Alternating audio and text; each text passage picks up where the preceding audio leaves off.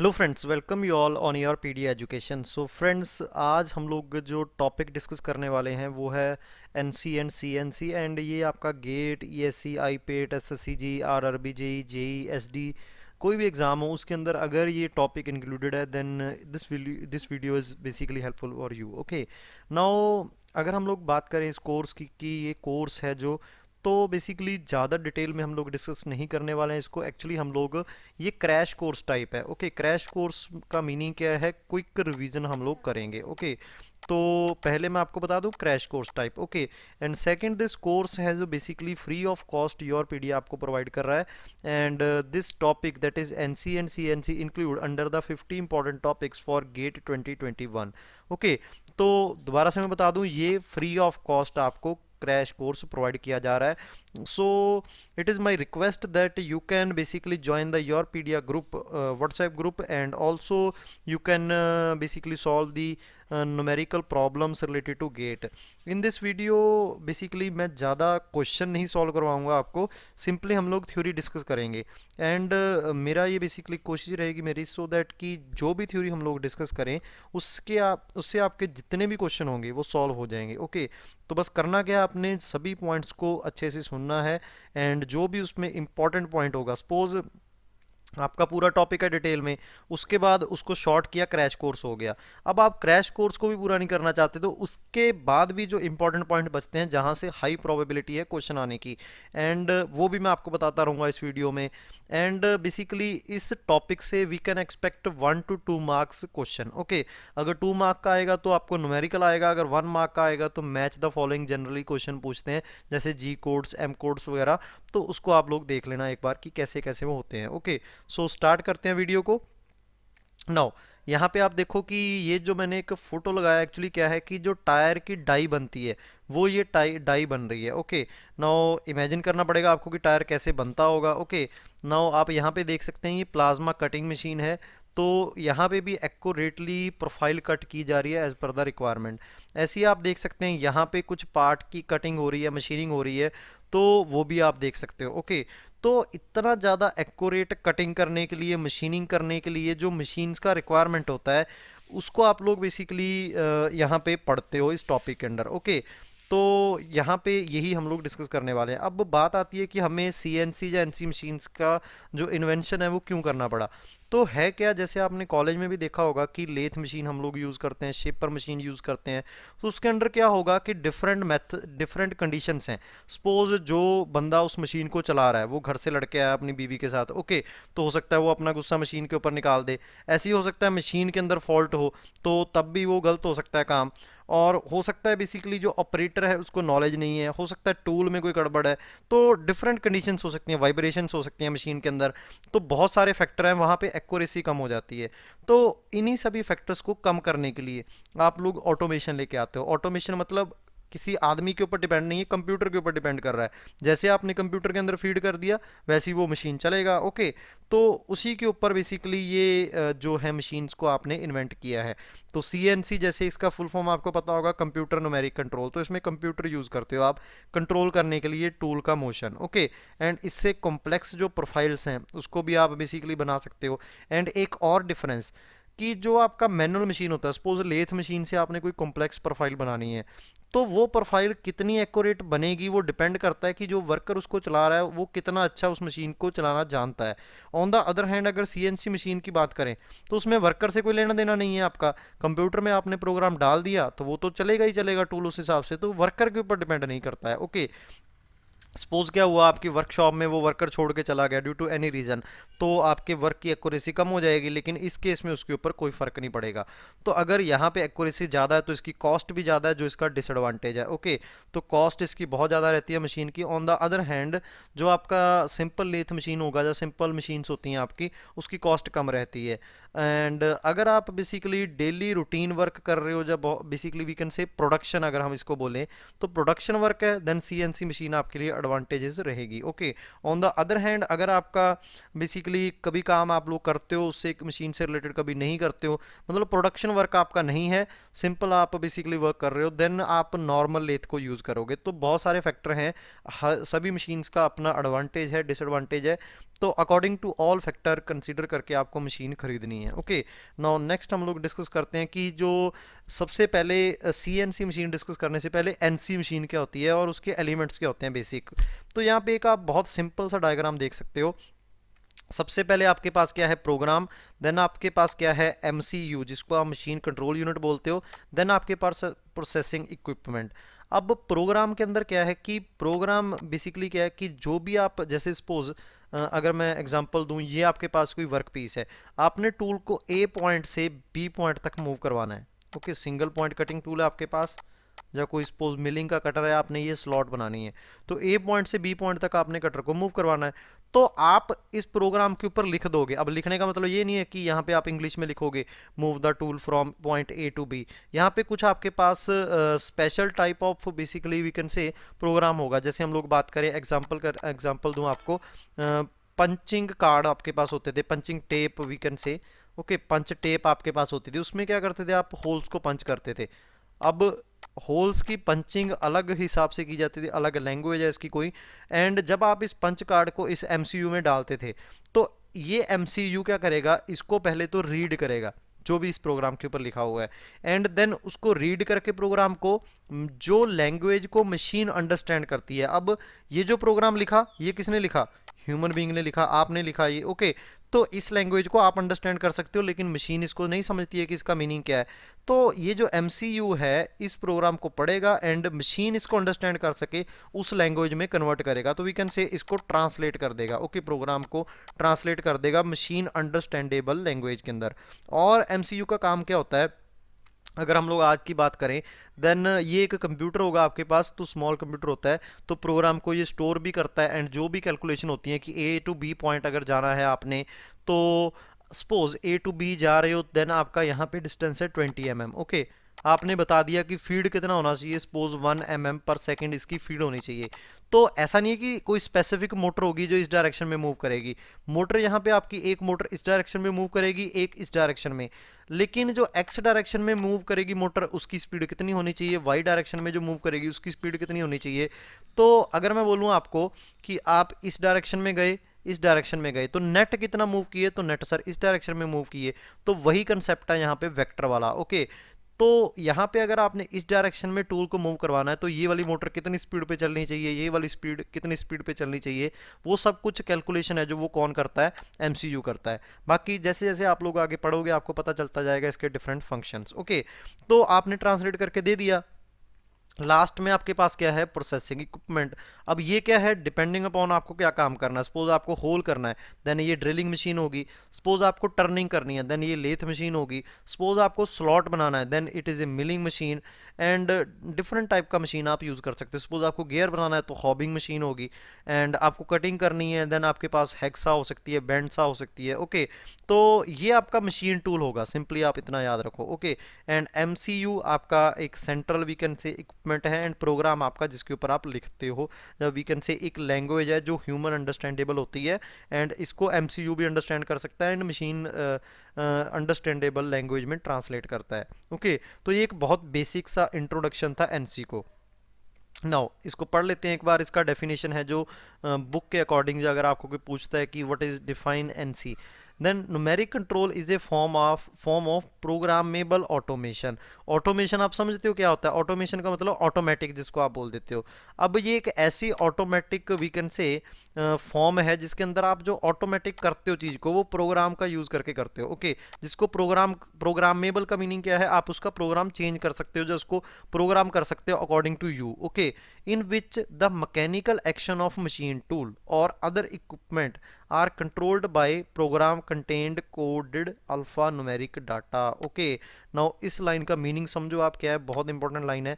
in which the mechanical action, mechanical action का meaning क्या है कि जो टूल मूव करेगा, जैसे मैंने आपको दिया ए टू बी मूव किया टूल, या आपका कोई कटर है जो मूव किया, तो उसका जो एक्शन है, मतलब उसका मूवमेंट है मशीन टूल का या इक्विपमेंट का, वो किससे कंट्रोल करते हैं, बाय द प्रोग्राम। कोई प्रोग्राम उसको कंट्रोल करता है, एंड उसके अंदर होता क्या है, प्रोग्राम के अंदर अल्फा न्यूमेरिक डाटा। अब इस वर्ड का मीनिंग क्या है, अल्फा न्यूमेरिक? अल्फा का मीनिंग है अल्फाबेट्स एंड न्यूमेरिक का मीनिंग है number. Suppose A B C D up to Z, okay, तो ये होगा and one up to so on, okay, तो ये आपका न्यूमेरिक होगा एंड ये अल्फाबेट। इसका कोई मिक्सचर करके आप प्रोग्राम बनाते हो, कैसे बनाते हैं इसको हम लोग पढ़ेंगे आगे आने वाली स्लाइड्स के अंदर। तो आपने एक प्रोग्राम बनाया जो कि अल्फाबेट्स प्लस न्यूमेरिकल्स का वी कैन से मिक्सचर है, एंड इस प्रोग्राम का यूज़ करके आप जो टूल की मूवमेंट है उसको कंट्रोल करते हो। एंड ये जो आपने टूल की मूवमेंट को कंट्रोल किया बाय यूजिंग प्रोग्राम्स, इसी को आपने क्या बोल दिया, numeric control. Okay, so this is basically definition of numeric control. अब ज़्यादा आपको किताबी लैंग्वेज में जाने की जरूरत नहीं है, आपको प्रैक्टिकली समझना है कि है क्या चीज़ ये। तो वो जब आप प्रोग्राम बनाओगे आपको पता चलेगा। नाउ हमने तीन एलिमेंट्स पढ़े, part program, MCU and then basically processing equipment और मशीन टूल। तो सबसे पहले पार्ट प्रोग्राम पढ़ते हैं कि पार्ट प्रोग्राम होता क्या है। So part programme is a detailed, पहले तो ये एक डिटेल्ड होगा, एक डिटेल बेसिकली आपके पास कुछ डॉक्यूमेंट टाइप है, स्टेप बाय स्टेप कमांड और डायरेक्शन। ओके, तो डिटेल एक स्टेप बाय स्टेप कमांड लिखी होगी आपने और direction, that direct the action of machine tool and containing the following information. तो ये एक स्टेप बाय स्टेप ऐसे होगा, फर्स्ट लाइन में लिखा, सेकंड में, ऐसे लाइंस की फॉर्म में आपने लिखा होगा। आई होप आपने देखा होगा प्रोग्राम। मैं आपको फॉर एग्जांपल दिखा भी देता हूँ कि प्रोग्राम होता कैसा है।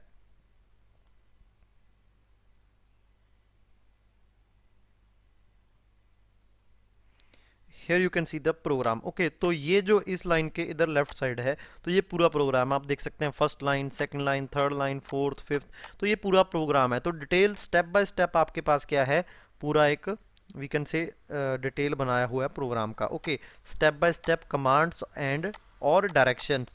अब डायरेक्शन किसको देना है इसने, जो मशीन टूल का मूवमेंट है।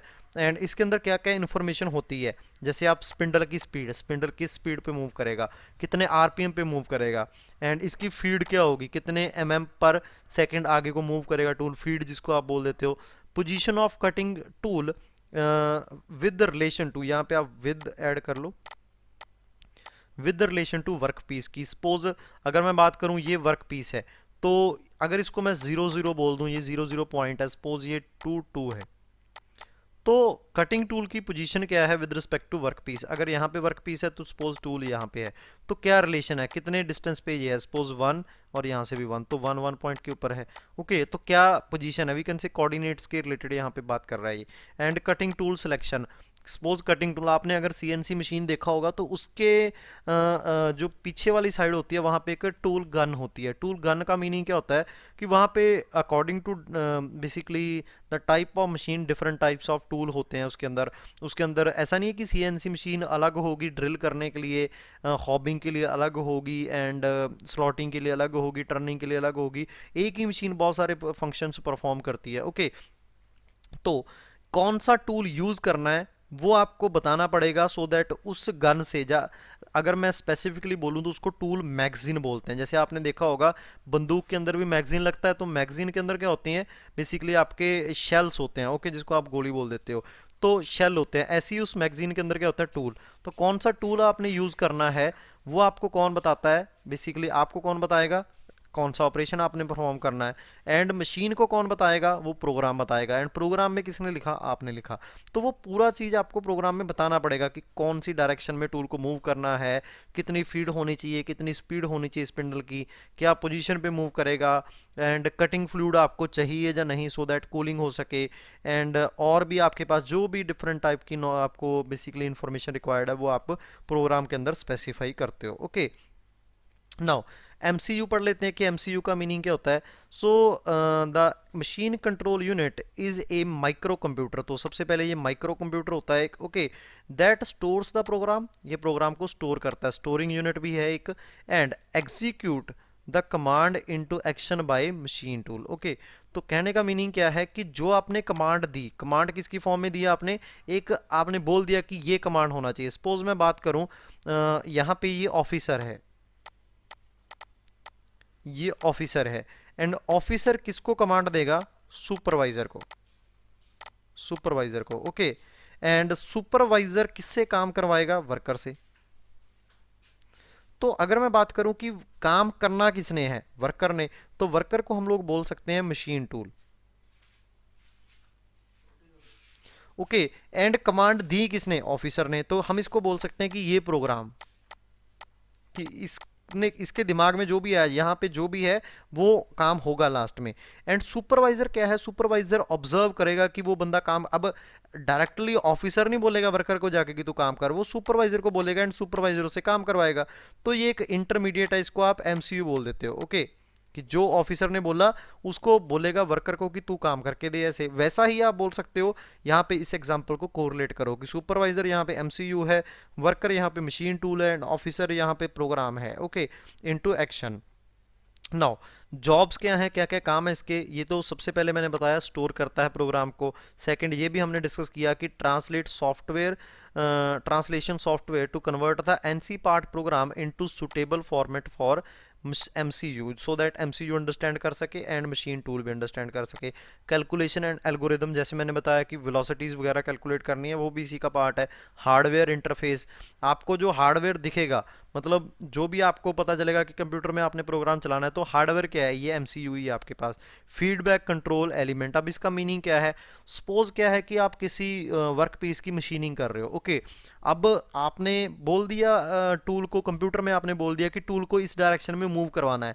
अब जो मैं आपको एडवांटेज डिसएडवांटेज बोल रहा था कि सिंपल लेथ मशीन के ऊपर जब आप कटिंग करते हो, तो उसका जो हैंडल है, जहाँ उसका स्पिंडल है, बेसिकली वी कैन से, जहाँ से आप पूरे कैरेज को आगे मूव करते हो टूल पोस्ट को, तो अगर वहाँ पे मटेरियल हार्ड आ जाता है, ओके सपोज मशीनिंग करते हुए मटेरियल हार्ड आया, तो आपको वो फील होगा, जो वर्कर होगा जो काम कर रहा है उसको फील होगा कि मटेरियल हार्ड है भाई, इसकी स्पीड कम करो। लेकिन अब ये तो वर्कर ने दिमाग लगा लिया, तो वहाँ पे मशीन का बेसिकली ज़्यादा वी कैन से उसमें गड़बड़ी नहीं होगी। लेकिन अगर हम लोग बात करें सिंपल सीएनसी मशीनिंग की, जो भी आपके पास न्यूमेरिक कंट्रोल मशीन्स होती हैं, तो उसमें तो कंप्यूटर है, कंप्यूटर के पास दिमाग तो नहीं है। उसको आपने बोल दिया कि यहाँ से यहाँ मूव कर, तो वो तो करेगा। ओके, सपोज क्या हुआ कि मटेरियल आपका क्या है, हार्ड आ गया बीच में, तो वो टूल को आगे मूव करवा देगा। अब टूल को आगे मूव करवाएगा तो उस केस में क्या होगा, बहुत ज़्यादा कॉस्टली जो आपका टूल है, कार्बाइड की टिप वगैरह है, वो आपकी ख़राब भी हो सकती है और वो डैमेज भी हो सकती है।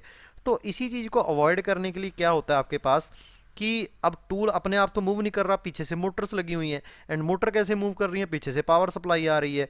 तो इसी चीज़ को अवॉइड करने के लिए क्या है, सेंसर्स लगे होते हैं, सो दैट कि अगर आगे हार्ड मटेरियल आए तो सेंसर पीछे क्या करता है, पावर सप्लाई को बंद कर देता है। तो ये फीडबैक है। ओके, फीडबैक का मतलब क्या होता है, रिपोर्ट देना, कि आगे कैसे कैसे चल रहा है सब कुछ, उसकी रिपोर्ट आपको मिलती रहनी चाहिए। ओके, तो ये फीडबैक कंट्रोल एलिमेंट, तो दो टाइप के आपके पास सिस्टम होते हैं, open loop control system and close loop control system, जहां से न्यूमेरिकल आपको 2 मार्क्स का बनता है।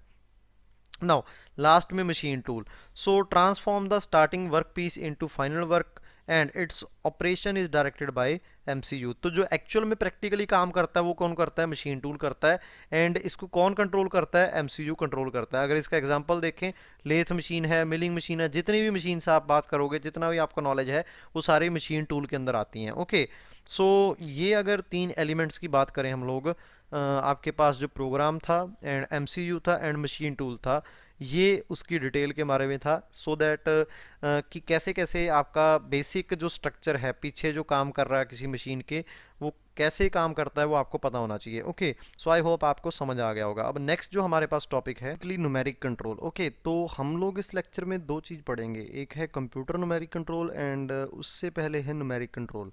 तो न्यूमेरिक कंट्रोल अगर हमें पता चल गया, तो अगर उसी मशीन के साथ हम कंप्यूटर लगा दें तो वो computer numeric control, that is CNC बन जाएगा। ओके, नाउ इसका थ्योरी पढ़ लेते हैं पहले क्या है। So the program is coded on a suitable medium for submission to MCU, ये हमें पता है एमसीयू क्या होता है।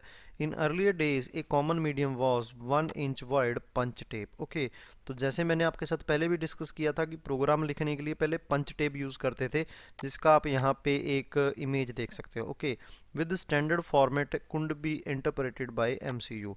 तो न्यूमेरिक कंट्रोल जो मशीन्स होती थी पहले, वो उसमें ये ऐसा कुछ टेप यूज़ करते थे। अब टेप में एंड कंप्यूटर में क्या डिफरेंस है, या क्या एडवांटेज एंड डिसएडवांटेजेस हैं।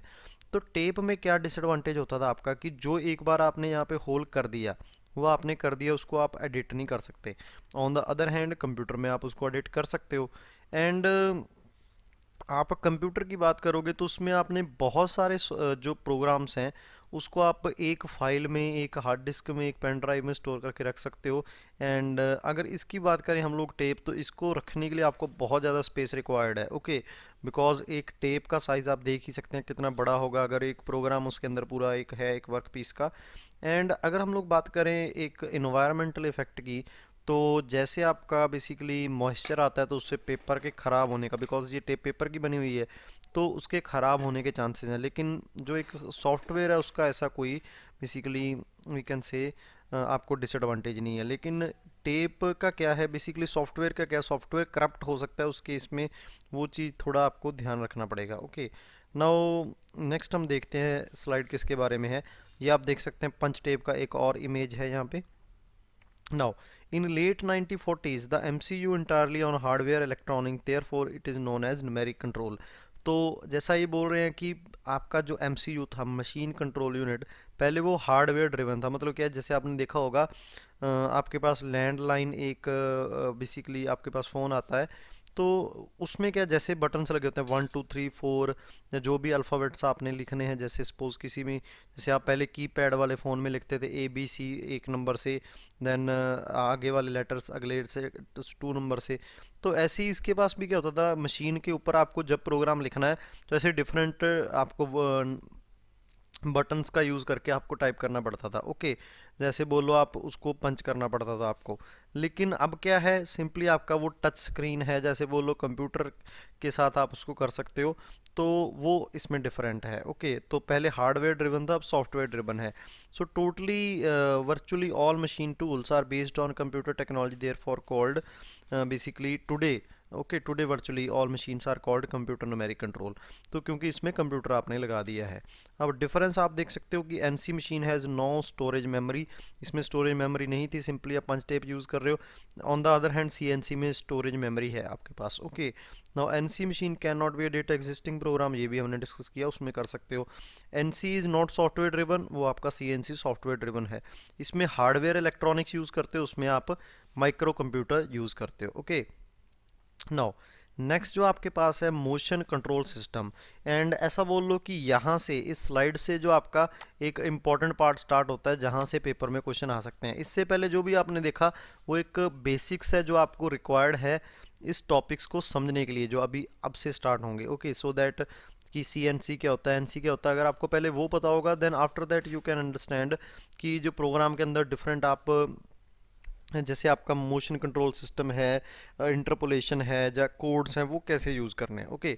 तो मोशन कंट्रोल सिस्टम क्या है उसको हम देख लेते हैं। So some NC processes are performed at discrete location of work part. अगर हम लोग बात करें drilling, punching, spot welding, while the other operations are carried out continuous. अब इसका मीनिंग क्या है, जैसे हम बात करें कि ड्रिलिंग आपने करनी है, तो ड्रिलिंग आप कंटिन्यूस नहीं करते हो, आपने एक पॉइंट के ऊपर होल किया, देन आप सेकंड किसी और पॉइंट के ऊपर होल करोगे, तो वो जो first point and second point है उसके बीच में जो आपने गैप छोड़ा उससे आपको कोई लेना देना नहीं है, टूल का एंड वर्क पीस का उसके इसमें कोई रिलेशन नहीं है। लेकिन अगर मैं बात करूं स्लॉट बनाना, आपने ए पॉइंट से बी पॉइंट, सपोज मैं आपको दोनों का डायग्राम बना के देता हूँ। जैसे ये कोई वर्क पीस है, यहाँ पे आपने होल किया, यहाँ पे किया, तो इसके बीच में कोई रिलेशन नहीं है टूल एंड वर्क पीस का। लेकिन अगर आपने इन्हीं दो पॉइंट्स के बीच में स्लॉट बनाना है, इन्हीं दो पॉइंट्स के बीच में, तो स्लॉट्स जब बनाओगे तो दोनों पॉइंट्स, दैट इज पॉइंट 1 और 2, इसके बीच में टूल एंड वर्क पीस एक दूसरे के साथ कॉन्टेक्ट में रहेंगे, ओके। तो अगर किसी पॉइंट्स के ऊपर आपने बनाना है, बेसिकली डिस्क्रीट लोकेशंस के ऊपर काम करना है, तो उसके इसमें टूल का जो मोशन है वो अलग रिक्वायर्ड है। यहाँ पे फंक्शन परफॉर्म किया, देन बेसिकली कॉन्टैक्ट ब्रेक हो जाएगा, देन यहाँ पे ऑन द अदर हैंड यहाँ पे कंटिन्यूस कॉन्टैक्ट रहेगा, ओके। तो अगर तो ये पॉइंट्स के ऊपर काम करता है, जैसे ड्रिलिंग में, स्पॉट वेल्डिंग के अंदर, पंचिंग के अंदर, तो तब आप point to point control system use करोगे, जो मोशन कंट्रोल सिस्टम है। ऑन द अदर हैंड अगर कंटिन्यूस कॉन्टैक्ट है, then continuous path control system आप यूज़ करोगे, okay. Now point to point control system, दोबारा से आप देख लो, ड्रिलिंग का एग्जांपल है यहाँ पे कि आपका ये ड्रिल है जो यहाँ से वर्क पीस के अंदर पेनिट्रेट किया, देन बाहर आया, ओके। तो बाहर जाने के बाद यहाँ अंदर पेनिट्रेट, यहाँ पे ऐसे ऐसे करके कुछ ऑपरेशन परफॉर्म करेगा। तो आप देखो जब एक पॉइंट से दूसरे पॉइंट मूव कर रहा है तो कॉन्टैक्ट ब्रेक हो जा रहा है, ओके। ऐसे ही आप देखो स्टार्टिंग पॉइंट यहाँ पे पहुँचा, उसके बाद यहाँ पे ऑपरेशन परफॉर्म किया यहाँ पे, तो ये टूल का पाथ आपको पता चल जाएगा, okay. Now Point to point control system move the tool or workpiece from one point to another point and the tool perform the required task. ये डिस्कस हमने किया. In point to point control system only end points of the movement of the tool is important, therefore feed rate path of the tool has no significance on machining process. क्या बोल रहा है, जो हमने discuss किया कि आपने drilling जिस पॉइंट के ऊपर करना है वही पॉइंट इंपॉर्टेंट है. ओके, उसके बीच में कौन सा पाथ फॉलो करके बी पॉइंट तक नेक्स्ट पॉइंट तक पहुंचेगा उससे आपको कोई लेना देना नहीं है. अब अगर दो पॉइंट्स का आपने बता दिया, उसके बीच में कितनी, अब जो टूल मूव करेगा वो मैक्सिमम फीड से मूव करेगा. ये एक बहुत इंपॉर्टेंट पॉइंट है. ओके, जो point to point control system आपके पास होता है कि आपने बोल दिया तुमने इस पॉइंट के ऊपर जाना है, इस पॉइंट के ऊपर जाना है, उसके बाद इस पॉइंट के ऊपर, तो जितना भी उसका मैक्सिमम फीड है उसके ऊपर टूल मूव करेगा. ओके, ये आपने याद रखना है point to point control system के ऊपर. नाउ कंटिन्यूस पाथ सिस्टम के अंदर अगर हम लोग बात करें तो इसके अंदर क्या होगा basically. Continuous path control system के अंदर जैसे मैं बात करूं, यहाँ पे स्लॉट आपने बनाना है, तो अगर आप यहाँ पे स्लॉट बनाओगे तो टूल को सेम टाइम के ऊपर एक्स एक्सिस में भी मूव करना है, वाई एक्सिस में भी, सो दैट वो रिजल्टेंट किसी एंगल के ऊपर मूव कर सके. इसीलिए आप देख सकते हैं यहाँ पे क्या लिखा है, continuous path system are capable of continuous simultaneously control of two और मोर एक्सिस. ऐसी बात कर रहा है, टू एक्सिस या मोर, मतलब मोर आप जेड एक्सिस में चले जाओगे. अब इसके अंदर भी फर्दर क्लासिफिकेशन है, straight cut NC and contouring. अब इसका मीनिंग क्या है. ओके, स्ट्रेट कट एनसी का मीनिंग तो ये है कि अगर जो टूल है आपका, जो एक मेजर एक्सिस है, suppose X axis, Y axis या जेड एक्सिस जो थर्ड एक्सिस है, उसके पैरेलल मूव करे तो उसको स्ट्रेट कट एनसी बोलते हो. एंड कंटूरिंग का क्या है मीनिंग आपका, कि अगर एक टाइम के ऊपर ऐसे मूव करता है आपका, कि ना तो एक्स एक्सिस में है ना वाई एक्सिस में, लेकिन किसी और पाथ के ऊपर, किसी एंगल के ऊपर मूव कर रहा है. ओके, जिसको आप स्ट्रेट कट एनसी की बात करोगे तो ऐसा कुछ बनेगा जी. When continuous path is utilized to move tool parallel to any one, okay, any one of the major axis of the machine tool, this is called straight cut NC. Major axis का meaning क्या है, X Y Z आपके पास है. Okay, अगर 5 axis machine है तो अलग बात है, 6 एक्सिस 8 एक्सिस मशीन्स भी आती हैं आपके पास. नाउ कंटूरिंग का मीनिंग क्या है, यहाँ पे आप देख सकते हो, अब जब टूल यहाँ से यहाँ मूव करेगा तो ना तो ये एक्स एक्सिस के अलॉन्ग मूव कर रहा है ना वाई एक्सिस के अलॉन्ग, किसी एंगल के ऊपर मूव कर रहा है. ओके, तो ये कंटूरिंग ऑपरेशन हो गया आपका. अगर कर्व्ड पाथ में मूव करता है वो भी कंटूरिंग ऑपरेशन हुआ. तो ऐसे ऑपरेशन को कंटूरिंग आप बोल देते हो. एंड इसमें टू एक्सिस या मोर एक्सिस का कंट्रोल आपको करना पड़ेगा. So when continuous path control is used for simultaneously control of two or more axes in machining operation, then term contouring is used. Okay. Now interpolation method की बात कर रहे हैं. अभी तक आपने मोशन कंट्रोल की बात की, अब इंटरपोलेशन. अब इंटरपोलेशन भी आपके पास कुछ टाइप्स हैं, जैसे linear interpolation, circular, helical, parabolic और क्यूबिक. तो आपको नाम से पता चल रहा होगा, लीनियर में मतलब कुछ लाइन की बात करेगा, सर्कुलर में कुछ कर्व पाथ की बात करेगा, हेलिकल में कुछ हेलिकल आपका जो पाथ बनता है उसकी, पैराबोलिक एंड क्यूबिक में जैसा आपको प्रोफाइल से बात का पता चल रहा है. ओके, नाउ लीनियर की बात करते हैं. एंड ये एक we can say most important आपके पास है. ऐसा नहीं बात कर रहा कि प्रैक्टिकली में तो आपको सब कुछ यूज़ करना पड़ेगा, लेकिन पेपर के हिसाब से जो प्रोग्राम आपको बोलते हैं वो लीनियर एंड सर्कुलर तक की आपका बेसिकली मेजर क्वेश्चन आपसे पूछते हैं. ओके, नाउ इसमें क्या है, लीनियर इंटरपोलेशन में आपका जो टूल है वो 45 डिग्री के ऊपर मूव करेगा. जैसे आप देख सकते हो, speed of X and Y direction is same. तो अगर speed X Y X direction में सेम है तो आपका क्या है, टूल बेसिकली 45 डिग्री के ऊपर मूव करेगा. Now in this programmer specify beginning and and point and the feed rate. Okay, तो इसमें क्या है, प्रोग्राम कहाँ से टूल मूव करना स्टार्ट करेगा, प्रोग्रामर वो बताएगा. एंड कहाँ पे टूल को आपने रोकना है वो बताएगा. एंड कितनी फीड के ऊपर मूव करेगा या कितनी स्पीड के ऊपर मूव करेगा, दोनों पॉइंट्स के बीच में वो बताना पड़ेगा. अब जैसे ही आपने ये बता दिया, ओके, अब क्या है, जैसे आपने ये बता दिया कि बेसिकली जैसे मैंने आपको बोला 45, अगर 45 तो तब होगा अगर सेम डायरेक्शन में स्पीड के ऊपर मूव कर रहा है, सेम स्पीड के ऊपर मूव कर रहा है दोनों एक्सिस के अलॉन्ग, एक्स वाई एक्सिस. लेकिन सपोज आपने किसी और एंगल के ऊपर मूव करवाना है, सपोज 60 डिग्री. ओके, 60 डिग्री इसके अलॉन्ग वेलोसिटी है, तो इसके अलॉन्ग कितनी वेलोसिटी होगी, v cos 60. एंड इसके अलॉन्ग कितनी वेलोसिटी होगी वाई एक्सिस के अलॉन्ग, v sin 60. अब कौन ये कैलकुलेट करेगा कि v साइन 60 कैलकुलेट करके कितना आने वाला है, एंड v cos 60 कितना आने वाला है, ये कौन कैलकुलेट करेगा, ये एमसीयू कैलकुलेट करता है। ओके, तो एमसीयू के अंदर भी बेसिकली एक कंपोनेंट होता है जिसको बोलते हैं इंटरपोलेटर, तो वो एक्चुअली कैलकुलेट करके आपको बताएगा। ओके, तो आपने तो बता दिया कि मेरे को अपने टूल को इतनी वेलोसिटी या इतनी फीड के साथ मूव करवाना है, लेकिन अब मशीन के अंदर ऐसा नहीं है कि 60 डिग्री के ऊपर कोई मोटर लगे होगी वो मूव करवा देगी, तो ऐसे तो आपको बहुत सारी मोटर्स लगानी पड़ेंगी।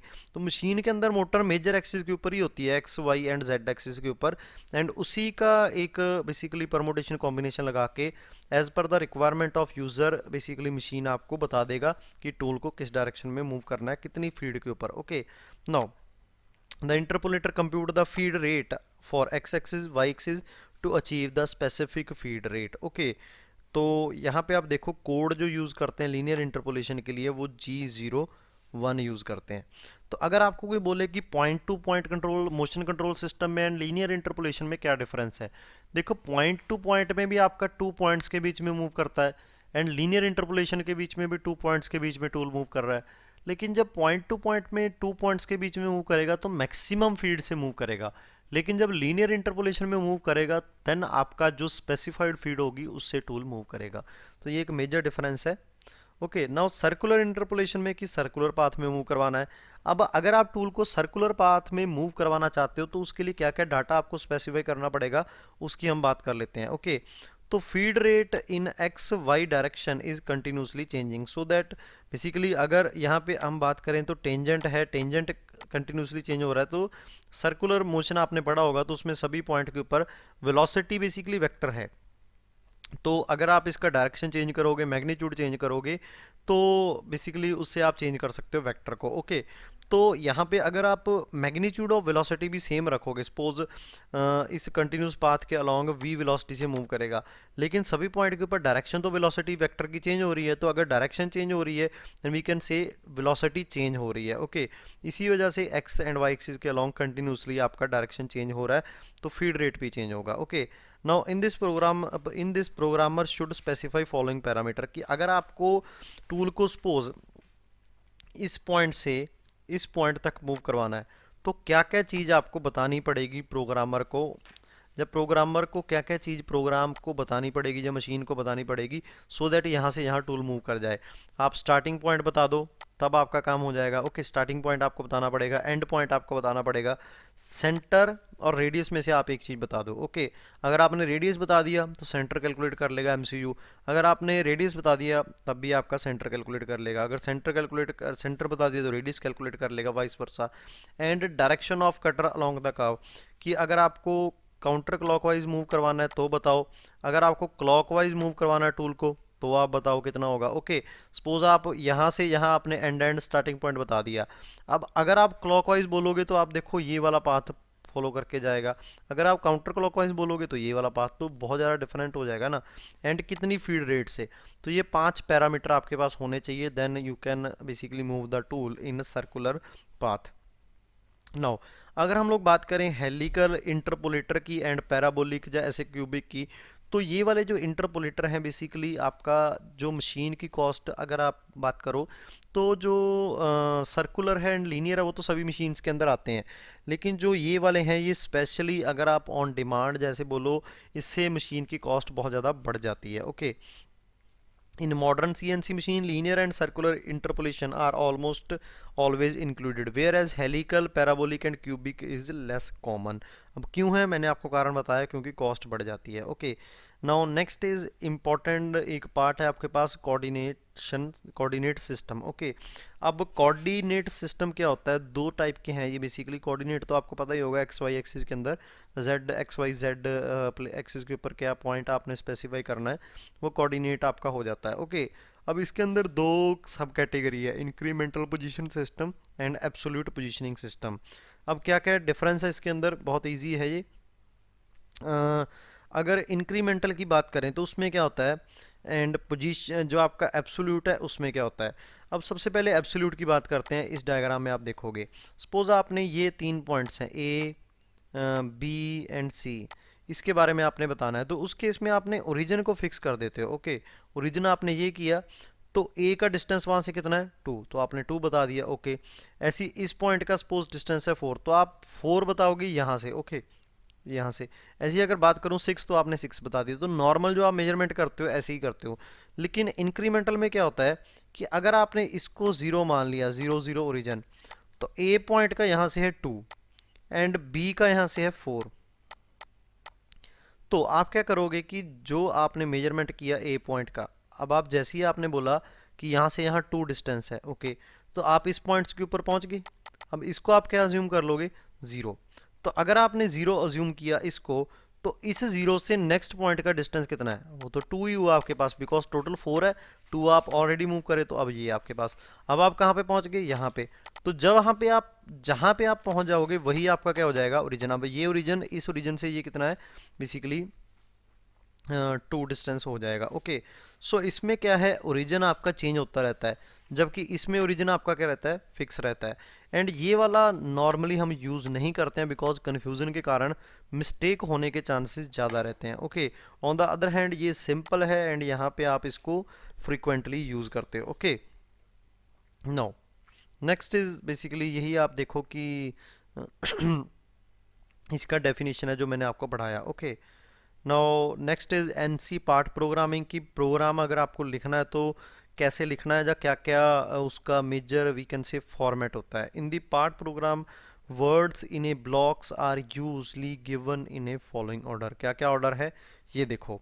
सबसे पहले सीक्वेंस नंबर। सीक्वेंस नंबर का मीनिंग क्या होता है कि जो लाइन है, जो मैंने बताया था ना कि लाइंस के फॉर्म में लिखते हो तो प्रोग्राम को, देन कौन सी लाइन है, जैसे एन लिखा तो एन का मतलब हो गया सीक्वेंस नंबर, जब नंबर सिंपली बोल दो सीरियल नंबर।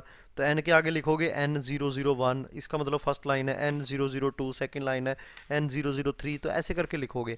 उसके बाद आता है आपका जी, जिसको बोलते हो प्रिपरेटरी कोड्स और प्रिपरेटरी वर्ड्स। जैसे आपने लिख दिया G01, तो G01 का मीनिंग क्या है, लीनियर इंटरपोलेशन। जैसे आपने बोल दिया G02, तो 02 का मतलब है सर्कुलर इंटरपोलेशन। अब अगर 02 लिखोगे तो सर्कुलर इंटरपोलेशन क्लॉकवाइज। अगर आपने लिख दिया G03, then circular interpolation counter clockwise. Okay, तो ऐसे आपने लिखना है इसको। ऐसी अगर हम लोग बात करें, नेक्स्ट आपने जी कोड लिख दिया, तो डिफरेंट जी कोड्स हैं, उसकी बात करेंगे हम। उसके लिए यूनिट्स के लिए इंक्रीमेंटल और एब्सोल्यूट सिस्टम यूज़ कर रहे हो, कोऑर्डिनेट इंटरपोलेशन कौन सी यूज़ करनी है आपने, मोशन कंट्रोल सिस्टम कौन सा यूज़ करना है, तो इसके लिए सभी के लिए जी कोड्स होते हैं। ओके, जिसको प्रोप्रेटरी वर्ड बोलते हो। अब जैसे ही आपने ये स्पेसिफाई कर दिया, ओके, देन आप X Y and Z coordinate specify करोगे कि एक्स एक्सिस में मेरे को कहाँ जाना है, वाई एक्सिस में कहाँ जाना है, जेड एक्सिस में कहाँ जाना है। ओके, एंड उसके बाद अगर आपको रोटेट करना है किसी आइटम को, सपोज आपको एक्स एक्सिस के अबाउट रोटेट करना है, देन ए। अगर वाई एक्सिस के अबाउट रोटेट करना है, देन बी। अगर सी जेड एक्सिस के अबाउट रोटेट करना है, सी। एंड उसके बाद आप फीड स्पेसिफाई करते हो, देन स्पिंडल स्पीड स्पेसिफाई करते हो, टूल कौन सा आप चेंज करके लेना चाहते हो वो, एंड देन मिसलेनियस फंक्शन, जिसको एम कोड भी बोलते हो। तो ये आपका जी कोड है एंड ये आपका एम कोड है। ओके, एंड इसके बीच में ये बेसिकली वी कैन से, अगर आपका लीनियर मेजरमेंट है and this is rotation about different axis, and ये आपके कुछ पैरामीटर्स हैं टूल स्पिंडल वगैरह के, एंड ये सीक्वेंस नंबर है। ओके, तो ये कुछ प्रोग्राम का वी कैन से ऑर्डर रहता है कि एक लाइन जब आप लिखोगे, सपोज आपने लिखा N01, तो ये आपका सीक्वेंस नंबर।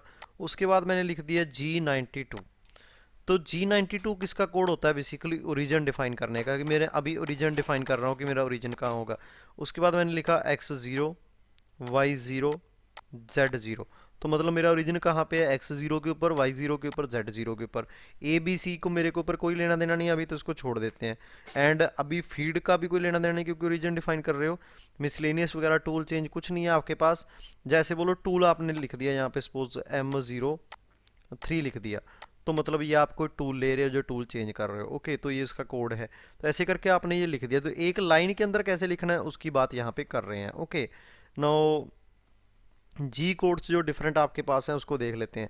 जैसे G00 है, तो G00 का मतलब क्या है, point to point. Okay, to command the cutter to move from existing point to target point at the fastest speed of the machine. Okay, तो यहाँ पे जैसे मैंने आपको बताया था कि आपका फास्टेस्ट स्पीड के ऊपर चलेगा। ओके, तो जैसे लीनियर इंटरपोलेशन G01 है आपका, circular interpolation in clockwise direction ये मैंने बताया, सर्कुलर इंटरपोलेशन इन एंटी क्लॉकवाइज तो G03 आएगा। अगर आपने ड्वेल देना है, रोकना थोड़े टाइम के लिए टूल को, 04 आएगा। अगर एक्सेलरेट करना है तो 08 आएगा। रिटार्ड करना है G09 आएगा। इनपुट देना है G010, G20 input value in inches, अगर आपको इंच में स्पेसिफाई करनी वैल्यू तो आपको G20, अगर mm में स्पेसिफाई करनी है तो 21 आपके पास आएगा। ओके, एंड अगर हम बात करें कि प्रोग्रामिंग जो आपको करनी है एब्सोल्यूट कोऑर्डिनेट सिस्टम में, अगर G91 अगर आप लगाओगे तो इंक्रीमेंटल सिस्टम में, तो अगर आपको फीड स्पेसिफाई करनी है पर मिनट इन मिलिंग और ड्रिलिंग तो G94, अगर फीड पर रेवोल्यूशन में स्पेसिफाई करनी है मिलिंग ड्रिलिंग में तो G95, ऐसी फीड स्पेसिफाई करनी है पर मिनट में टर्निंग में देन 98, फीड पर रेवोल्यूशन करनी है टर्निंग में 99, एंड ओरिजिन को डिफाइन करना है G92। तो ये कुछ जी कोड्स हैं जो आपको याद रखने हैं। ऐसी एम कोड है आपके पास। M00 का मतलब क्या है कि प्रोग्राम को स्टॉप करना है आपने, एंड ऑफ द प्रोग्राम करना है M02, start spindle in clockwise direction 03, start spindle in counter clockwise direction M04, spindle को स्टॉप करना है M05, एंड टूल चेंज करना है M06 आपके पास है, and turn cutting fluid on, cutting fluid को आप ऑन करना चाहते हो 07, उसको ऑफ करना है कटिंग फ्लूइड को 09, and M30 end of the program stop machining. तो इसको रटना पड़ेगा आपको। ओके, नाउ ऐसी अगर आप बताना चाहते हो कि कौन से प्लेन अभी एक्टिव प्लेन है आपका जिसमें मशीनिंग होनी चाहिए, तो उसके लिए भी डिफरेंट कोड्स हैं। जैसे आप बात करोगे G17 तो ये एक्स वाई प्लेन की बात करता है, G18 एक्स जेड प्लेन की बात करता है, and G19 Y Z plane की बात करता है। यहाँ से क्वेश्चन आपके जो IES का एग्ज़ाम है, जो आपका स्टेट लेवल एग्ज़ाम है, उसमें बहुत ज़्यादा क्वेश्चन आते हैं। तो ये इंपॉर्टेंट है, इसको आप याद रखना। ओके, तो सिंपली ये याद रखो। नो, नेक्स्ट हम डिस्कस करते हैं कि आपको प्रोग्राम कैसे लिखना है, सिंपल प्रोग्राम। ओके, सपोज यहाँ पे मेरे पास वर्क पीस है कोई, तो अगर आप इसको एक्स वाई प्लेन में देखोगे कुछ ऐसा नज़र आएगा, वाई जेड प्लेन में देखोगे ऐसा, एंड 3D में आपको ऐसा नज़र आएगा। अब अगर हम लोग बात करें, सपोज यहाँ से ये 10 mm ऊपर है, एंड इसका थिकनेस भी 10 mm है वर्क पीस का, एंड वाई डायरेक्शन में भी 10 mm है यहाँ से, एंड एक्स डायरेक्शन में भी 10 mm है, वाई में भी 10 था एंड एक्स में भी 10 है, सभी जगह से 10 mm। ओके, तो अब मेरे को क्या करना है प्रोग्राम में, यहाँ पे देखते हैं कि ओरिजिन डिफाइन करना है। अब ओरिजिन कहाँ पे है, सपोज यहाँ पे ओरिजिन है, हम देख लेते हैं प्रोग्राम के अकॉर्डिंग। सपोज यहाँ पे है। ओके, तो अगर हम देखेंगे यहाँ पे, तो इस पॉइंट के ऊपर z में कितना बेसिकली डिस्टेंस के ऊपर है ओरिजिनल, 20 के ऊपर। ओके, तो z हमारा कितना है 20, ये हमने देखा। अब यही पॉइंट तो आपका ओरिजिन है, तो x भी 10 है यहाँ से, y भी 10 है, तो x 10 एंड y 10। तो कैसे प्रोग्राम को लिखोगे आप, first line 01 and origin define कर रहे हो G92 को। ओके, अब यहाँ पे mm में कर रहे हो या इंचज़ में कर रहे हो उसकी भी बात करनी पड़ेगी आपको। तो mm में डिफाइन करने के लिए क्या कोड था, आप देख सकते हो यहाँ पे कि G21। ओके, तो G21 जो कोड है आपके पास वो mm के लिए है यहाँ पे। ओके, अब जो कोऑर्डिनेट सिस्टम है उसकी भी बात कर लेते हैं कि जो कोऑर्डिनेट सिस्टम है, सपोज आप यूज़ कर रहे हो एब्सोल्यूट, तो एब्सोल्यूट के लिए क्या आपके पास है, सिंपली G90। ओके, तो उसकी भी बात कर लेते हैं यहाँ पे G90। तो हमने जी वाले जो भी कोड रिक्वायर्ड थे वो डिफाइन कर दिए। अब x आपके पास 10, y 10 एंड z क्या है 20। तो यहाँ पे इसको ख़त्म करेंगे हम। तो ये आपने प्रोग्राम बना दिया। तो यहाँ पे आप देख सकते हो कि ये आपके पास कोड हो गया। N001 G92 ओरिजिन के लिए, G21 mm के लिए, G90 जो आपके पास है वो आपने एब्सोल्यूट के लिए बात कर रहे हैं यहाँ पे, x10 y10 एंड z20 के ऊपर आपने डिफाइड कर दिया। ओके, अब सपोज आप मूव करना चाहते हो इसको यहाँ पे, जैसे ही आपका टूल यहाँ पे पहुँच गया, ओके, तो यहाँ पे आप इसको मूव करवाना चाहते हो। अब सपोज इस डायरेक्शन में इसकी डायमेंशन है 50 एंड इस डायरेक्शन में भी इसकी डायमेंशन है 50। तो इस पॉइंट की बात करें तो इसका डिस्टेंस कितना हो गया यहाँ से 60 एंड इसका भी 60। तो सेकंड लाइन में जाना चाहता है N02। अब सपोज यहाँ से आपको रैपिडली मूव करवाना, रैपिड मूव का मीनिंग क्या है, पॉइंट टू पॉइंट, तो उसके लिए कोड क्या है आपका G00। तो अगर रैपिड मूव कर रहा है तो फास्टेस्ट स्पीड से करेगा, तो फीड डिफाइन करने की जरूरत नहीं है, लेकिन X Y Z coordinate define करना पड़ेगा। तो एक्स आपका कितना है यहाँ से 60, वाई कितना है 60। अब यहाँ पे कुछ समझने वाली बात क्या है कि जेड एक्सिस में टूल आपका चेंज नहीं होगा। सपोज टूल अगर यहाँ पे है तो टूल यहाँ से चल के यहाँ चला गया, मतलब जेड एक्सिस में इसने चेंज नहीं किया। तो अगर आप यहाँ पे जेड नहीं भी लिखोगे तब भी आपका कंप्यूटर आपका कौन सी वैल्यू उठाएगा, जो लास्ट लाइन में लिखी हुई थी डिफॉल्ट वैल्यू। तो जेड यहाँ पे लिखने की जरूरत नहीं है, सिंपली आप इसको बंद कर दो यहाँ पे। ओके, तो यहाँ पे आप देख सकते हो G00 X60 Y60। ओके, तो ऐसे प्रोग्राम लिखना है। तो गेट के पेपर में ऐसा ही आता है, एक लाइन का प्रोग्राम आएगा, बहुत ज़्यादा कोई लंबी चौड़ी बात नहीं आएगी। नाउ सर्कुलर आर्क को कैसे डिफाइन करना है उसको हम देख लेते हैं। तो सर्कुलर आर्क केस में जैसे इसने बोला हुआ यहाँ पे सपोज 60th लाइन है किसी प्रोग्राम की, तो G01। अब 01 का मीनिंग क्या है कि आपको किसी पॉइंट के ऊपर मूव करना है एट ए डिफाइंड फीड। अब कौन से पॉइंट के ऊपर जा रहा है, X30 एंड Y55 Z-5। तो X30 कहाँ पे है, यहाँ पे, एंड Y55 कहाँ पे है, यहाँ पे। तो यहाँ पे चला गया ये, सपोज फीड इतनी के साथ गया। अब नेक्स्ट लाइन है सपोज N70। तो G02 का मतलब क्या है, circular interpolation clockwise. Okay, X50 के ऊपर चला जाए एंड Y35 के ऊपर चला जाए। ओके, तो X50 कहाँ पे है, यहाँ पे, एंड Y35 कहाँ पे है, यहाँ पे। तो ये इसका एंडिंग पॉइंट, स्टार्टिंग पॉइंट इसका ये हो गया SP, एंड एंडिंग पॉइंट इसका ये हो गया। ओके, अब जैसे मैंने आपको बताया था स्टार्टिंग पॉइंट चाहिए, एंडिंग पॉइंट चाहिए, एंड और आपको क्या चाहिए, रेडियस बता दो या इसका सेंटर बता दो। तो रेडियस इसने बता दिया कितना 20। अब और इसके साथ आपको क्या बताना होता था, फीड बताना होता था कि फीड कितनी। तो अगर आपने यहाँ पे डिफाइन नहीं किया तो ये डिफॉल्ट वैल्यू उठा लेगा 50। ओके, तो ऐसे करके आपको बताना पड़ेगा कि क्या क्या चीज़ यहाँ पे है, so that we can move the tool along a circular path. तो आई होप जो लाइन के लिए एंड आर्क के लिए कैसे प्रोग्राम डिफाइन करना है आपको पता चल गया होगा। ओके, नाउ नेक्स्ट इज ये प्रोग्राम। ओके, सो ये एक basically we can say practice problem है जो आपको खुद ट्राई करना है। इसका सोल्यूशन भी मैं आपको दूंगा। सो यहाँ पे आप देख सकते हो कहाँ कहाँ, पहले आपको ए पॉइंट के ऊपर टूल है, ए से बी जाएगा, बी से सी, सी से डी, डी से ई पॉइंट पे मूव करेगा, देन दोबारा से आपका बी के थ्रू ए के ऊपर आ जाएगा। सभी डायमेंशंस हैं एंड यहाँ पे ये प्रोग्राम है। तो आई होप आप इसको सॉल्व कर पाओगे। अगर आपको कोई भी डाउट आता है you can mention in WhatsApp group. Okay, now next is cutter radius compensation. अब कटर रेडियस कंपनसेशन का मीनिंग क्या है उसको हम लोग देख लेते हैं। ओके, तो कटर रेडियस कंपनसेशन क्या है उसको मैं आपको डायग्राम के थ्रू बताने की ट्राई करता हूँ। जैसे हम लोग बात करें कि मैंने टूल को बोल दिया कि भाई तू यहाँ पे चला जा 00 पॉइंट के ऊपर, ये 00 के ऊपर चला जाएगा। ओके, तो 00 कहाँ पे किसके ऊपर मैच करेगा, वर्क पीस का तो ये वाला पॉइंट है। ओके, ये वाला पॉइंट तो वर्क पीस का हो गया, लेकिन टूल के ऊपर ये पॉइंट कौन सा है। तो अगर इसी पॉइंट को मैं जूम करूं 00 को, तो ये 00 पॉइंट है।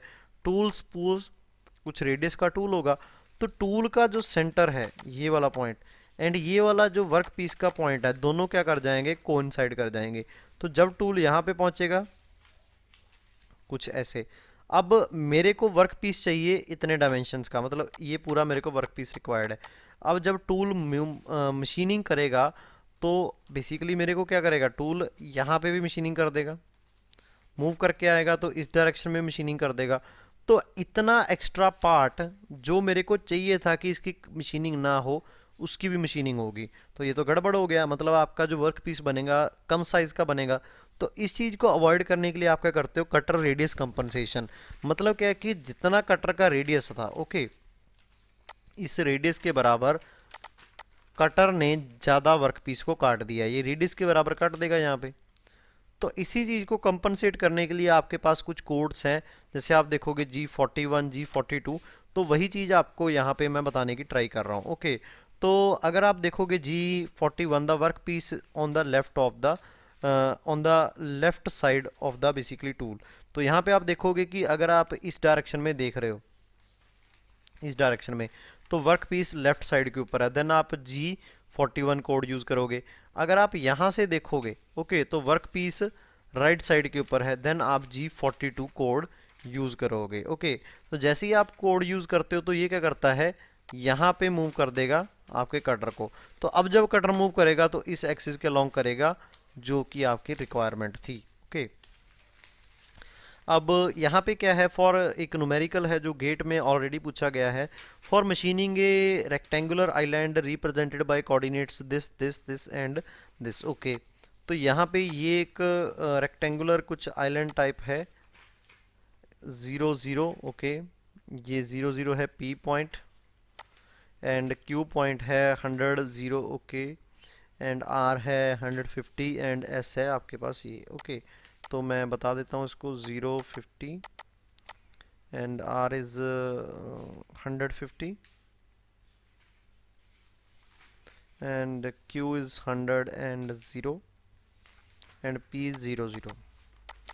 अब क्या है, यहाँ पे इसने बता दिया कि 16 mm है डायामीटर, तो इसका मतलब रेडियस क्या है यहाँ पे 8। तो अब बताओ ट्राइजेक्टरी क्या होगी टूल की। ट्राइजेक्टरी मतलब जो कटर का सेंटर होगा उसका क्या पाथ होने वाला है। तो जैसे मैंने आपको बताया कटर कंपनसेशन आपको करना पड़ेगा, तो अब आपका टूल यहाँ पे होना चाहिए जो सर्कुलर पे है। ओके, तो यहाँ से कितना मूव कर गया, आपका रेडियस के बराबर आपने नीचे को इधर को मूव कर दिया, एंड पीछे को भी रेडियस के बराबर। रेडियस कितना 8, तो मतलब इस पॉइंट का कोऑर्डिनेट क्या हुआ, -8 -8। अब टूल सपोज आपका यहाँ से मूव करेगा,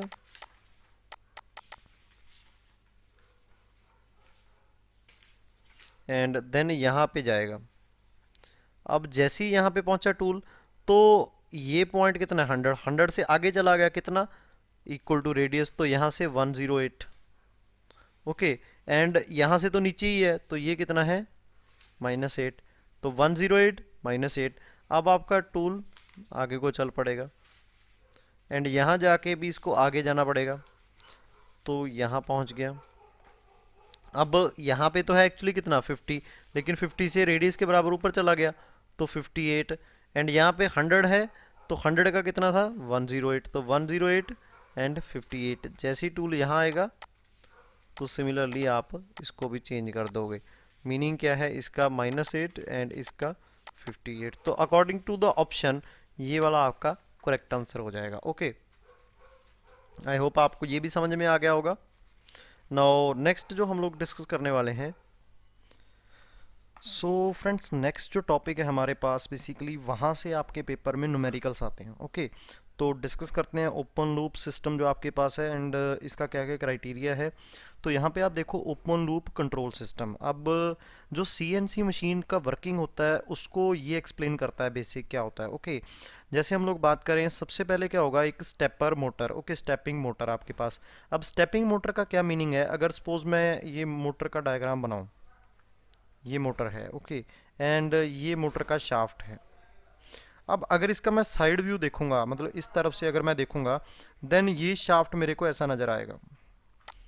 ओके, तो अब क्या है, जो स्टेपिंग मोटर है, आपका जो नॉर्मल मोटर होता है वो तो कंटिन्यूसली मूव करता रहता है, लेकिन स्टेपिंग मोटर क्या है कि जब आप एक पल्स देते हो, अब किसका पल्स होगा यहाँ पे, जो आप इलेक्ट्रिक सप्लाई करते हो, तो यहाँ पे आप पल्स जब सप्लाई करते हो, पल्स ट्रेन आपके पास एक अलग से डिवाइस है यहाँ पे, पल्स ट्रेन के जरिए जब आप एक पल्स, सपोज आपने एक पल्स सप्लाई किया, तो यहाँ पे सपोज कोई पॉइंट था, ये लाइन है आपने ड्रॉ कर दी, ए पॉइंट है, ये भी ए पॉइंट है, तो ये कुछ एंगल मूव कर जाएगा। ओके, ये कुछ एंगल थीटा मूव कर जाएगा।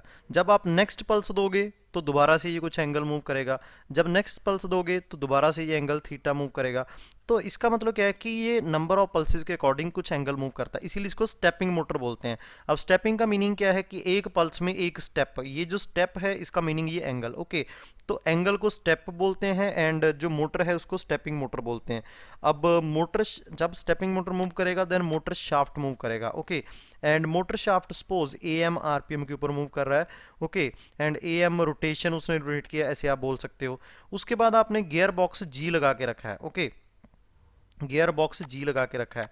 अब गियर बॉक्स का काम क्या होता है, स्पीड को बढ़ाना या कम करना, जैसे आपको पता होगा गाड़ी के अंदर। ओके, तो यहाँ पे वही चीज़ हो रहा है। गियर बॉक्स के साथ आउटपुट जो शाफ्ट आपने लगा के रखा है लीड स्क्रू, जो कि ए आरपीएम के ऊपर मूव करेगा या ए रेवोल्यूशन रोटेट करेगा। ओके, एंड उसके ऊपर आपने क्या करके, अब लीड स्क्रू कहाँ पे यूज़ करते हैं, और लेथ के अंदर। एंड लेथ के अंदर इसका काम क्या होता है कि जो आपके हेलिकल ग्रुप्स होते हैं आपने थ्रेडिंग के लिए बनाने होते हैं, वहाँ पे इसका यूज़ होता है। ओके, नाउ लीड स्क्रू के ऊपर आपने टेबल लगा के रखा है जो कि एक्स डिस्टेंस मूव करेगा। तो जब आपने एन नंबर ऑफ पल्सेस दिए, तो स्टेपर मोटर ने कुछ एंगल रोटेट किया, जैसे बोल लो मोटर शाफ्ट ने कुछ एंगल रोटेट किया एम, और एम आरपीएम के ऊपर मूव किया, एंड गियर बॉक्स ने उस आरपीएम को चेंज करके ए कर दिया, लीड स्क्रू उसी के ऊपर मूव किया, एंड देन टेबल आपका एक्स डिस्प्लेसमेंट करेगा। ओके, सो यहाँ पे आप देखो एम क्या है, angle rotated by the motor shaft in degree. तो ये आपके पास एंगल है, एंड ए क्या है, angle rotated by lead screw. अब अगर एंगल का मैं रेशो ले लूँ A M divide by A, then it is called a gear ratio. Okay, and P is basically pitch of lead screw M M per revolution. मतलब अगर मैं बात करूं कि मैं एक रेवोल्यूशन इसको रोटेट करूंगा लीड स्क्रू को, देन कुछ एम एम से आपका जो टेबल है वो मूव करेगा, तो उसकी बात कर रहा है ये पिच। ओके, सो यहाँ पे आप देखो stepper motor is a device whose output shaft rotate through its fix angle. Angle क्या है, फिक्स एंगल है, वेरिएबल नहीं है। In response to input shaft, the stepper motor rotate by the series of pulses generated by the machine control unit MCU. Each pulse cause the motor to rotate by fraction of one revolution. तो एक revolution में 360 degree rotate करता है, तो उसका कुछ fraction होगा, suppose 1/36, तो मतलब 10 डिग्री मूव करेगा। This fraction is termed as step angle. तो जितना थीटा मूव करता है एक एन के अंदर, उसको स्टेप एंगल बोलते हो, and alpha is step angle, that is एक कितने डिग्री मूव किया पर पल्स। तो ये एक बहुत इंपॉर्टेंट एक बेसिकली एनालिसिस है, एंड इसी के ऊपर बेस्ड दो केस हमारे पास आते हैं। सबसे पहला क्या है कि अगर आपको एग्जाम के अंदर नंबर ऑफ पल्सेस गिवन हो, okay, so when total number of pulses received by the motor is given, अगर ऐसा गिवन है, देन अब आप देखो नंबर ऑफ पल्सेस आपके कितने हैं, एन, तो N equal to number of pulses, तो इसका यूनिट क्या हुआ, पल्सेस, एंड अल्फा क्या है, डिग्री पर पल्स। तो अगर मैं n को अल्फा के साथ मल्टीप्लाई कर दूं, तो degree per pulse into pulse, आपके पास यहां से पल्स के साथ पल्स कैंसिल हो जाएगा, तो आपके पास total angle rotated by the basically motor shaft आ जाएगा। तो आपने क्या निकाल लिया, total angle A M equal to N into alpha. अब गियर रेशियो क्या है, A M divide by A, तो वहां से आपने ए कैलकुलेट कर लिया, ए एम आपको पता है, जी आपने कैलकुलेट कर लिया। अब क्या है, ए एम की अगर मैं वैल्यू पुट करूं यहाँ पे, तो ये आपके पास क्या हो जाएगा, N alpha by G degree. Okay, अब ये आपके पास डिग्री में है, आपको रेवोल्यूशन में कैलकुलेट करना है। तो आपको पता है that basically 360 degree equal to 1 revolution, और अगर मैं बात करूं 1 डिग्री इक्वल टू 1/360 रेवोल्यूशन। और हमारे पास कितने डिग्री हैं यहाँ पे, यहाँ आप देख लो, ए एम बाई जी और एन अल्फा बाई जी, तो N alpha by G degree equal to, इधर भी आप उसी से मल्टीप्लाई करोगे, N alpha by G into 1/360 revolution, तो वहां से आपने रेवोल्यूशन में कन्वर्ट कर दिया। अब यहाँ पे suppose x is a distance travelled by the table, जैसे हमने देखा, तो अगर x distance travelled by the table है, एंड लीड स्क्रू की आपको पिच पता है क्या था, M per revolution. Okay, M per revolution, and जितना lead screw total revolution move किया वो कितना है, ए आपके पास, तो एम पर रेवोल्यूशन क्या है, पिच, एंड लीड स्क्रू ने कितना रेवोल्यूशन रोटेट किया, ए, तो ये आपने ए निकाल दिया। तो अगर इसको मल्टीप्लाई करोगे तो रेवोल्यूशन के साथ रेवोल्यूशन कैंसिल होके आपके पास एम में आंसर आ जाएगा, मतलब टेबल कितना डिस्प्लेस किया, A into P, and A क्या आपके पास, एन अल्फा बाई जी बाई 360 इंटू पिच। तो ये आपके पास फॉर्मूला आ गया displacement of CNC machine table calculate करने का।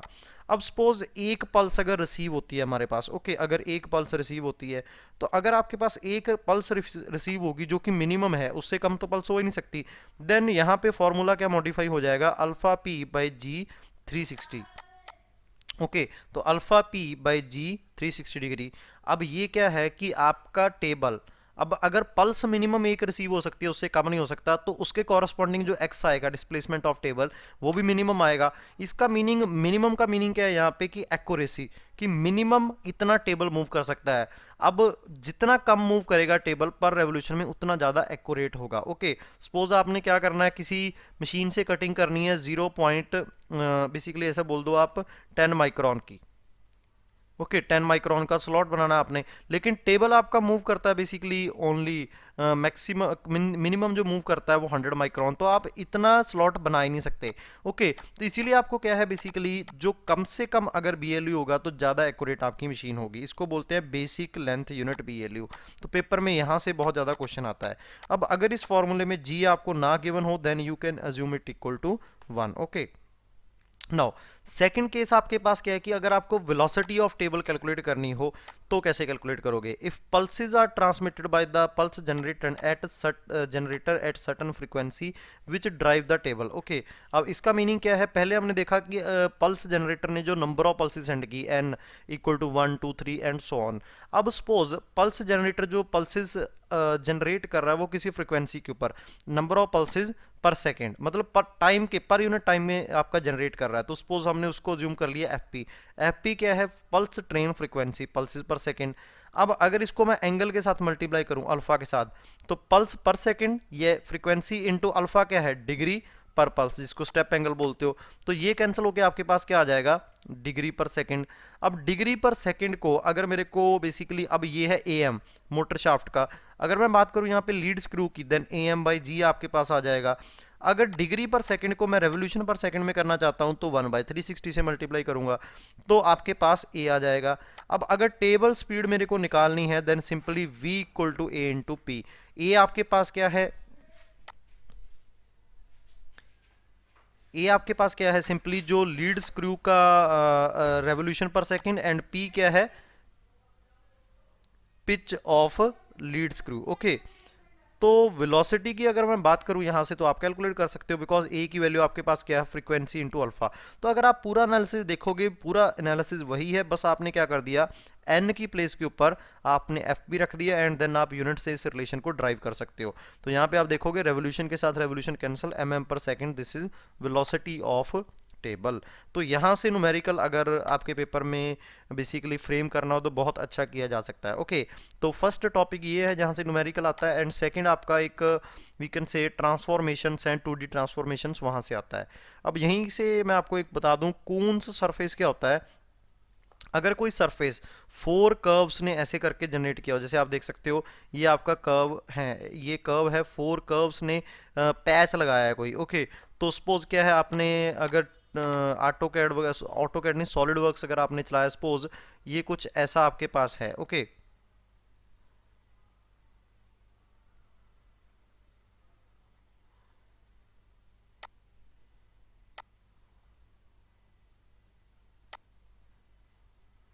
सपोज ये आपके पास एक सॉलिड है, मतलब सॉलिड मतलब शीट मेटल भी बोल सकते हो, ये ऐसे है, और यहाँ पे ये क्या है, empty.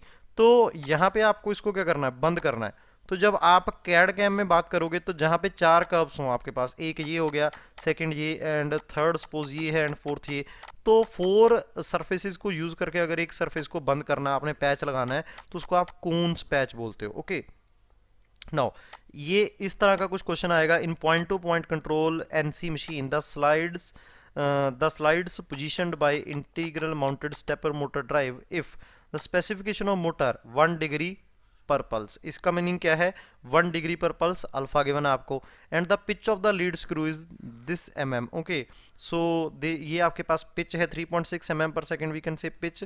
What is the expected positioning accuracy. तो पोजीशनिंग एक्यूरेसी का मतलब क्या होता है, BLU सिंपली। ओके, तो BLU का फॉर्मूला हमने निकाला था n इंटू, सॉरी, अल्फा आपके पास है, and divide by g into P 1/360, and g अगर नहीं गिवन है तो 1 अज्यूम करो, तो अल्फा इंटू पी आपके पास आंसर आ जाएगा। ओके, तो डिवाइड बाय 360, तो वहां से आप इसको कैलकुलेट कर सकते हो। Okay, now next and last topic of this basically we can say video is 2D transformations.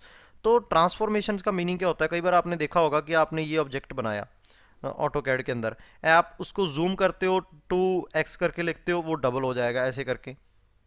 Okay, and आपने देखा होगा कि आप ऐसे बेसिकली कोई शेप बनाओगे, सपोज ये ट्रायंगल है, इसको आप रोटेट करोगे जब मिरर करोगे, सपोज इस लाइन के अबाउट आप इसको मिरर भी कर देते हो, और इस लाइन के अबाउट भी इसको मिरर कर देते हो। ओके, तो ये सारे जो फंक्शंस होते हैं, मिरर हो, आपने बड़ा करना है, स्केलिंग करना है, एंड ट्रांसलेट करना है, मूव करवाना है ऑब्जेक्ट को, एंड स्केल अप डाउन करना है, रोटेट करना है, ये एक्चुअल में कैसे होते हैं, बैक एंड के ऊपर, सॉफ्टवेयर के ऊपर क्या काम करता है, बेसिकली मैट्रिसेस होते हैं, ट्रांसफॉर्मेशन वो काम करते हैं। ओके, तो अगर आपको कोई बोले कि सपोज आपने अपने रिज्यूम में लिखा, जा आपने बता दिया कि सर मेरे को ये सॉफ्टवेयर आता है चलाना, तो उसने बोला ओके, तो आपको पता है कि मिरर होता है कोई कमांड, हाँ जी यस सर पता है मेरे को क्या होता है। तो नेक्स्ट क्वेश्चन जो आपको प्रोफेसर पूछ सकता है इंटरव्यू वगैरह में जी, दैट मेरे को बैक एंड के ऊपर बताओ कि सॉफ्टवेयर पे वो कैसे हुआ, तो वो नॉर्मली स्टूडेंट्स को नहीं पता होता है। तो यहाँ पे आप देखो, सपोज आपके पास कोई पॉइंट है, ओके, जो ट्रांसलेशन हम लोग देखते हैं, तो ट्रांसलेशन क्या है, the translation move an object to different position on the screen, you can translate a point in 2D by adding translation coordinate tx ty to original coordinate xy to get a new coordinate x dash y dash। Suppose क्या है, आपके पास कोई point P है जिसका coordinates हैं x and y, and आपने इसको x dash y dash coordinate के ऊपर मूव करना है। अब x डायरेक्शन में इसको tx से मूव करना है, एंड y डायरेक्शन में इसको ty से मूव करना है। तो क्या करोगे आप, सिंपली जो न्यू कोऑर्डिनेट्स चाहिए, जैसे x डैश है आपका, तो x डैश क्या होगा, जो पुराने x कोऑर्डिनेट है प्लस आपको जो tx डायरेक्शन में मूव करना है, ऐसे ही जो नए y कोऑर्डिनेट्स हैं वो y प्लस टी वाई, ऐसे करके आप इसको कैलकुलेट कर सकते हो। ऐसे ही आप देखो, अगर आपको ट्राइंगल को मूव करना है, पूरा का पूरा ट्राइंगल है, तो इसका आपको P पॉइंट गिवन है, Q पॉइंट गिवन है, R पॉइंट गिवन है, एंड आपको इसको मूव करना है A B C यहाँ पे। तो अगर मैं इसको ट्रांसलेट करूं, सपोज आपको बता दिया कि P पॉइंट को इतने से ट्रांसलेट करना है, Q's को इतने से, R को इतने से आपने ट्रांसलेट किया, तो बताओ A B C कोऑर्डिनेट्स, तो उसको भी आप ऐसे ही कैलकुलेट कर सकते हो। Okay, now next is rotation. Suppose आपके पास कोई वेक्टर है जो कि, जब पॉइंट है आपके पास P जो कि एक्स वाई कोऑर्डिनेट के ऊपर पड़ा है एंगल फाई के ऊपर, अब आपको इसको थीटा एंगल से रोटेट करना है एंटी क्लॉकवाइज और काउंटर क्लॉकवाइज, सो दैट इसके न्यू कोऑर्डिनेट्स जो हो जाएं एक्स डैश वाई डैश हो जाएं। तो कैसे आप करोगे इसको, सिंपली आपने क्या करना है, आपको एक्स वाई आपके पास कोऑर्डिनेट्स हैं, ओके, तो एक्स वाई आपके पास कोऑर्डिनेट्स हैं जो ऑलरेडी पॉइंट के हैं, अगर उसको आप इस मैट्रिक के साथ मल्टीप्लाई कर दोगे, इस मैट्रिसेस के साथ, cos theta sine theta minus sine theta cos theta, तो यहाँ पे आपके पास जो न्यू कोऑर्डिनेट्स आ जाएंगे। ओके, तो ऐसे आप कैलकुलेट कर सकते हो। For negative angle rotation the matrix will change its change as shown below. तो अगर आप क्लॉकवाइज करना चाहते हो तो सभी को नेगेटिव कर दो एंगल, तो कॉस माइनस थीटा तो कॉस थीटा हो जाएगा, sine minus theta minus sine theta, and ये पॉजिटिव हो जाएगा, एंड ये भी आपके पास पॉजिटिव ही रहेगा। ओके, तो अगर क्लॉकवाइज रोटेशन है ऐसे, अगर एंटी क्लॉकवाइज या काउंटर क्लॉकवाइज रोटेशन है तो ऐसे आपने कर देना है। ओके, आई होप मैट्रिसेस का मल्टीप्लिकेशन आपको पता होगा। अब नेक्स्ट इज बेसिकली स्केलिंग। अब स्केलिंग का मीनिंग क्या है, zoom in and zoom out. Okay, suppose ये आपके पास कोई ट्रेपेजॉइडल है, और वी कैन से आपके पास कोई शेप हो सकती है, ओके, ABCD। नाउ अगर आप इसका साइज जूम इन करना चाहते हो, जूम आउट करना चाहते हो, मतलब इसका स्केल डबल करना चाहते हो, आपने इसको ऐसा कुछ बनाना है। ओके, तो इसको डबल करना है, तो उस केस में आप क्या करोगे, ये जो आपके कोऑर्डिनेट्स हैं, सपोज ए पॉइंट के जो कोऑर्डिनेट्स हैं वो हैं एक्स एंड वाई, एंड आप स्केलिंग के बाद इसके कोऑर्डिनेट्स देखना चाहते हो, सपोज इसको जूम किया X dash Y dash. Okay, तो आपने क्या किया यहाँ पे, X Y into matrix S X zero S Y zero. Okay, अब S X and S Y क्या है कि कितने फैक्टर से आप स्केल करना चाहते हो, सपोज आप 2 टाइम्स करना चाहते हो, तो इसको आप 2 एंड 2 पुट कर दोगे, तो आपका आंसर आ जाएगा X dash and Y dash का। To change the size of an object, scaling transformation is used. In the scaling process, you either expand or compress the dimension of object. Scaling can be achieved by multiplying the original coordinates of the object with the scaling factor. तो इसको क्या बोलते हैं, scaling factor, to get the desired result. Now let us assume that the original coordinates are x, y. The scaling factors are sx and sy, and produced coordinates are x dash and y dash. Okay. Now next is reflection, कि आपको mirror करना है, reflection mirror जिसको आप बोलते हो। तो mirror किसको बनाना है आपने, एक्स एक्सिस को बनाना है, या ऐसे बोलो रिफ्लेक्शन अबाउट एक्स एक्सिस लेना है आपने, वाई एक्सिस लेना है, reflection about an axis perpendicular to X Y plane passing through the origin. तो इसको आप बोल दोगे दैट बेसिकली जेड एक्सिस आपका, okay. And reflection about Y equal to X line, this that is basically आपका जो 45 डिग्री के ऊपर लाइन होता है।